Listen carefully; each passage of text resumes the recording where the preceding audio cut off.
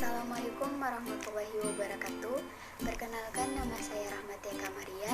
Saya dari Universitas Sairun, Fakultas Keguruan dan Ilmu Pendidikan, Program Studi Pendidikan Biologi. Nah, di video pembelajaran saya kali ini, saya akan memberikan pembahasan tentang sistem pencernaan makanan pada manusia. Sebelum saya masuk ke pembahasan materi, ada dua tujuan dari pembahasan materi ini.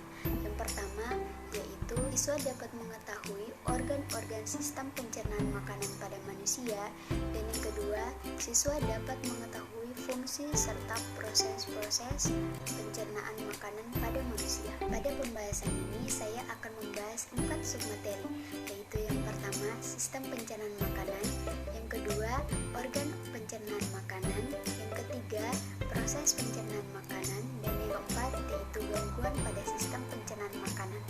Pada submateri yang pertama, sistem pencernaan makanan adalah proses mengubah ukuran makanan dari semula berbentuk kasar menjadi ukuran yang lebih kecil dan halus.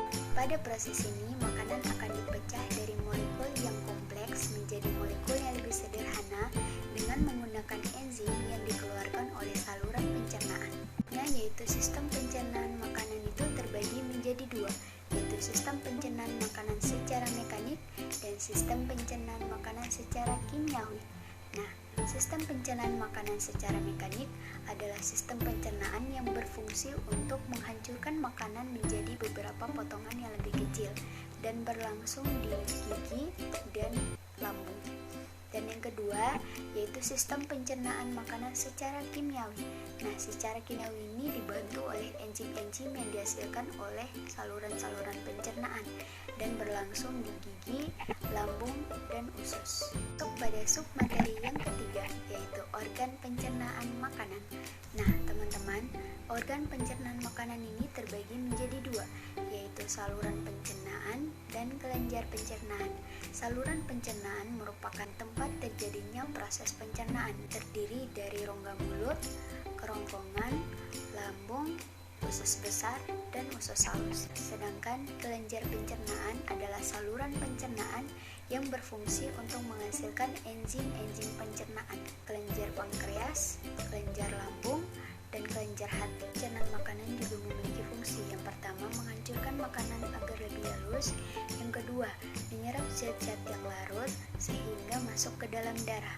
Yang ketiga, yaitu mengeluarkan zat-zat yang tidak dapat dicerna oleh tubuh. Teman-teman lihat pada gambar ini merupakan gambar dari organ-organ pencernaan. Yang pertama ada mulut. Nah, mulut ini merupakan tempat masuknya makanan. Pada mulut terjadi dua proses pencernaan makanan, yaitu secara mekanik dan secara kimiawi.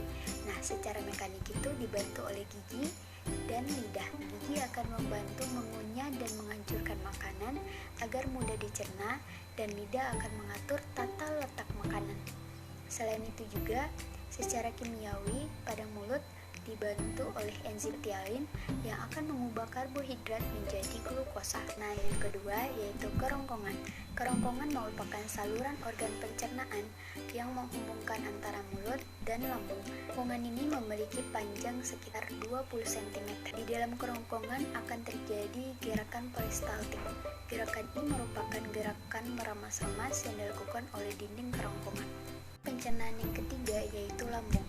Lambung merupakan organ pencernaan yang terletak di dalam rongga perut sebelah kiri atas. Keempat yaitu usus halus.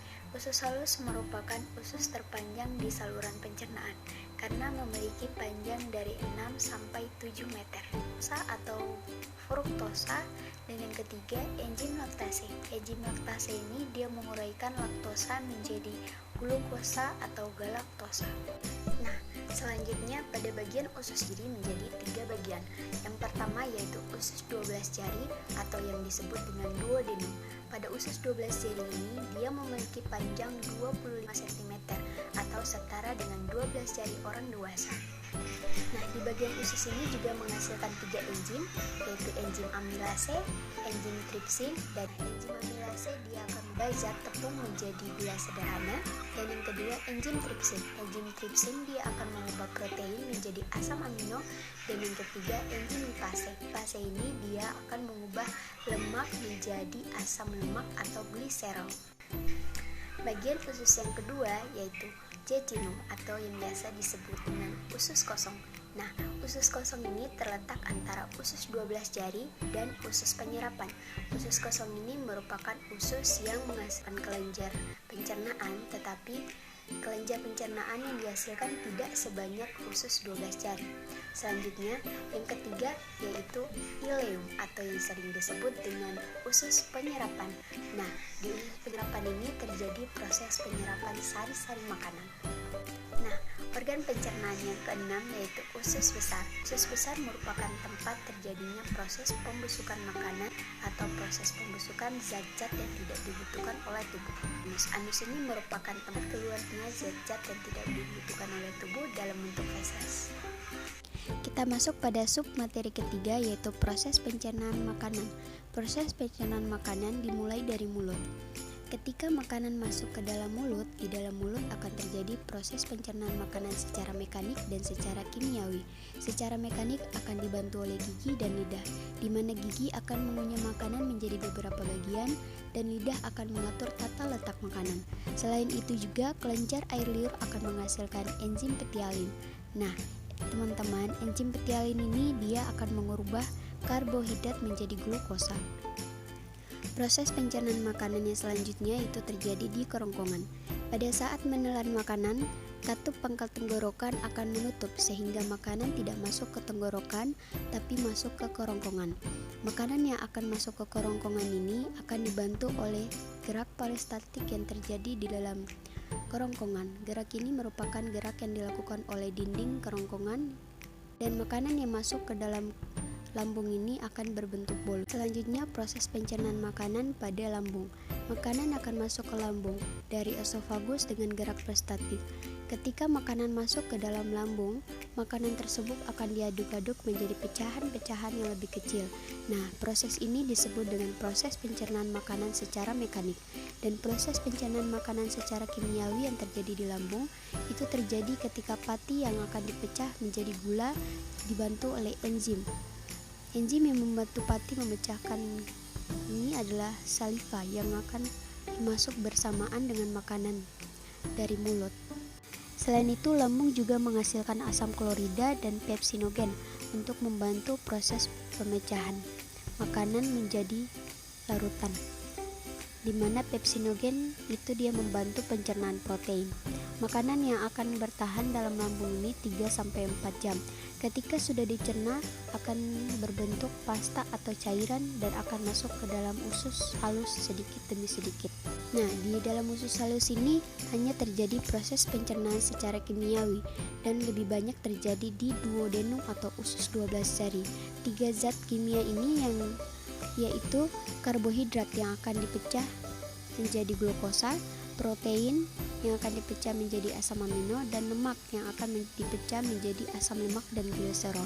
Di sini juga pankreas menghasilkan amilase untuk membantu proses pemecahan protein. Nah, ketika makanan yang sudah dipecah, makanan akan diatur dan dibawa ke jejunum dan ileum untuk diserap di sana. Selanjutnya, proses pencernaan makanan yang terjadi pada usus besar.